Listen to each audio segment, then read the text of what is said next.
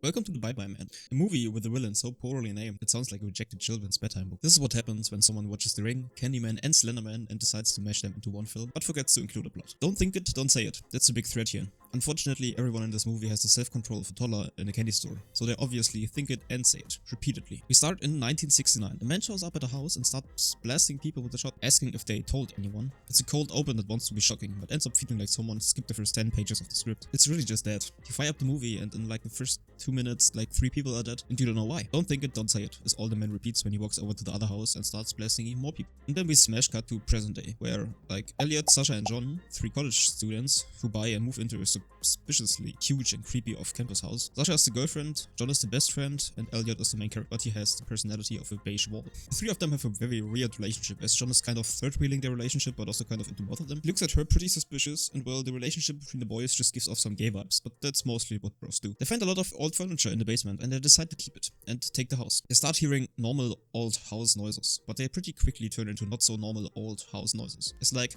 the coin drop you can hear in the first night coming out of one of these small little very creepy attic rooms. Let me tell you, when I was living at my parents' house, I had 2 of those in my room, and when I was little, they were the scariest thing in my room by a mile. Not even the monsters under my bed could compete with them. But Sasha notices some creepy things going on. Well, not really creepy, it's just the door that closed, and that's it. I don't know how long it took to complete the house, but after they finish it, they throw a party, and Elliot's brother and his family comes to visit too. His brother basically tells him to maybe rethink his relationship with Sasha and go out and live. I'm guessing it means go out and fuck every bitch out there so he can have some fun and not be stuck with the one. Just a stupid man would say something like that. Or I misunderstood that, and he was telling him to break up with her and just focus on the studies, which then is even dumber as you can easily do both. And additionally, John and Sasha still have this weird flirty relationship that is supposed to trick us that those 2 maybe have an affair later in the movie. At the end of this party, Elliot's niece is just running around their house as small children do, and she walks straight into their bedroom. I mean, they could have been all kinds of things, so I don't know why it's not locked. But she goes in there, checks the small attic door to the right, and just closes it after hearing a coin drop from the nightstand. While that was happening, you can see a kind of dog-looking thing coming out of the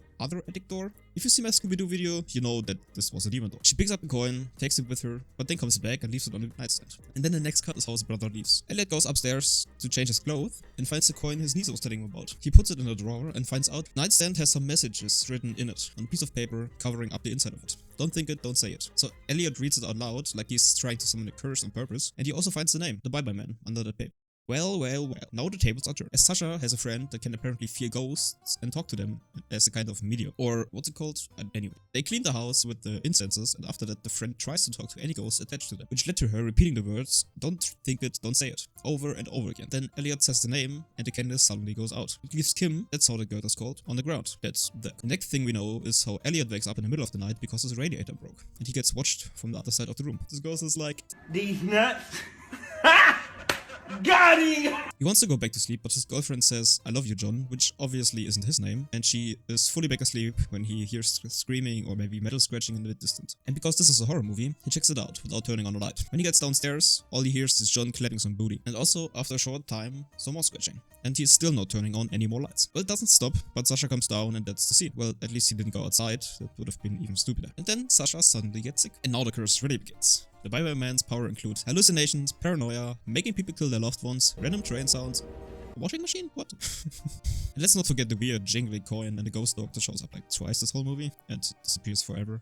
The next day, John brings Kim home, but he starts to hallucinate, which makes him panic and just drive off. Well, they actually all have some kind of hallucinations. Everyone starts to unravel. Elliot thinks Sasha is cheating, John thinks Elliot is evil, and Sasha just lays in bed being thick the whole movie. It's like a horror-themed group project where no one did their part. He hears some more scratching coming out of the basement, and he finally turns on some lights when checking out the weird sounds coming from his house. In the basement, he finds even more scratch marks and the silver coin, which got missing after he ripped apart the nightstand. He sees the dog, runs upstairs where John and Sasha agreed they were there the whole time. Who would have guessed? They didn't hear a thing. Elliot gets even more paranoid about that affair that does not exist, but well, who wouldn't? With all that going on. They all start to get even more crazy, and the Bye Bye Man is getting more aggressive. It's still just funny to me how he doesn't just kill them, like he has some kind of mission. Elliot dreams about the train rolling 3 of them over. Then the obligatory library scene, because every cursed horror movie needs one. Elliot goes to the library to do some dark web level research.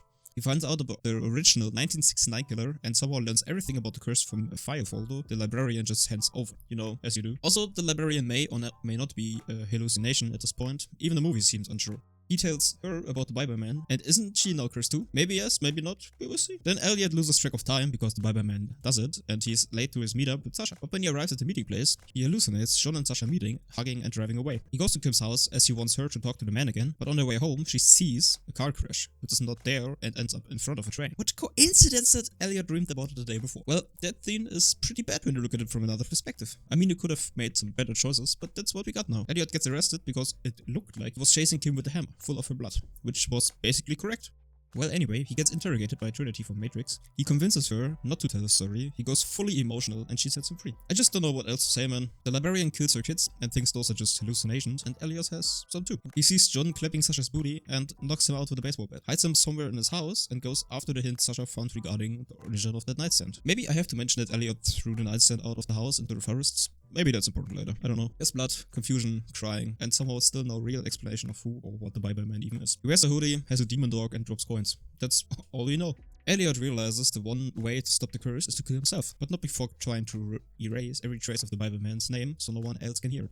He visits the house from the dude that killed those people in 1969 and finds his wife. That's where he got those information. On his way home, he sees the hallucination of John on the street. He manages not to fall for that, and then because he thought he got him, he didn't look where he was driving and killed the librarian. He runs home, and this is so confusing, so I can just try to explain it. So like, Sasha wakes up and finds no one. At the same time, John wakes up and goes to... They both don't see each other. John sees Kim and Sasha sees Elliot. Here comes the big but. John ends up running from the dead looking Kim into one room and grabs a pair of scissors. So far so good. Then Elliot comes into the room and sees John stabbing Sasha. Elliot then tackles him off her, shoots, and sees then he actually killed Sasha. It has to mean that they all got mixed up and didn't know who is really who, because I don't think Sasha would have been strong enough to take the scissors from John when he first grabbed them. That in conclusion has to mean both Sasha and John didn't know who they really were, or they somehow switched places at some point we didn't see as even we saw those hallucinations. You know, if that's true, they had to switch places before Elliot knocked John out. It's just crazy. So yeah, Sasha is dead. John is probably also very dead by now. And then as the curse somehow has to keep going, his niece arrives and Elliot really struggles not to say the name, but manages to not say the name before dying. Then, well, I was wrong about John. He's not dead. He somehow survived multiple stab wounds and survived the burning house. And when he gets pulled out, he tries to talk and Trinity runs over to him, wishing she could get something out of him, and all we can see is him mouthing the words, bye bye. So yeah, the curse continues. What did we learn? Don't say creepy names you find scratched into furniture. Don't trust movies with villains named like children's cartoons. And don't rent suspiciously large houses off campus. Also, the Bye-Bye-Man never explains anything. Who is he? Why does he have a ghost dog? What's with the coins and trains? The movie sets up rules and then ignores them entirely. The real horror isn't the villain. It's a script. Don't think it, don't say it. It's too late. We watched it. Anyway, that's enough horror for now. Next time, we're dealing with something even scarier. A house that eats kids. And it's, well, let's say it's animated. I'm not ready either. Well, yeah, that wraps up that awfully long movie. Hope you enjoyed and let me know what movie you want to see in the future.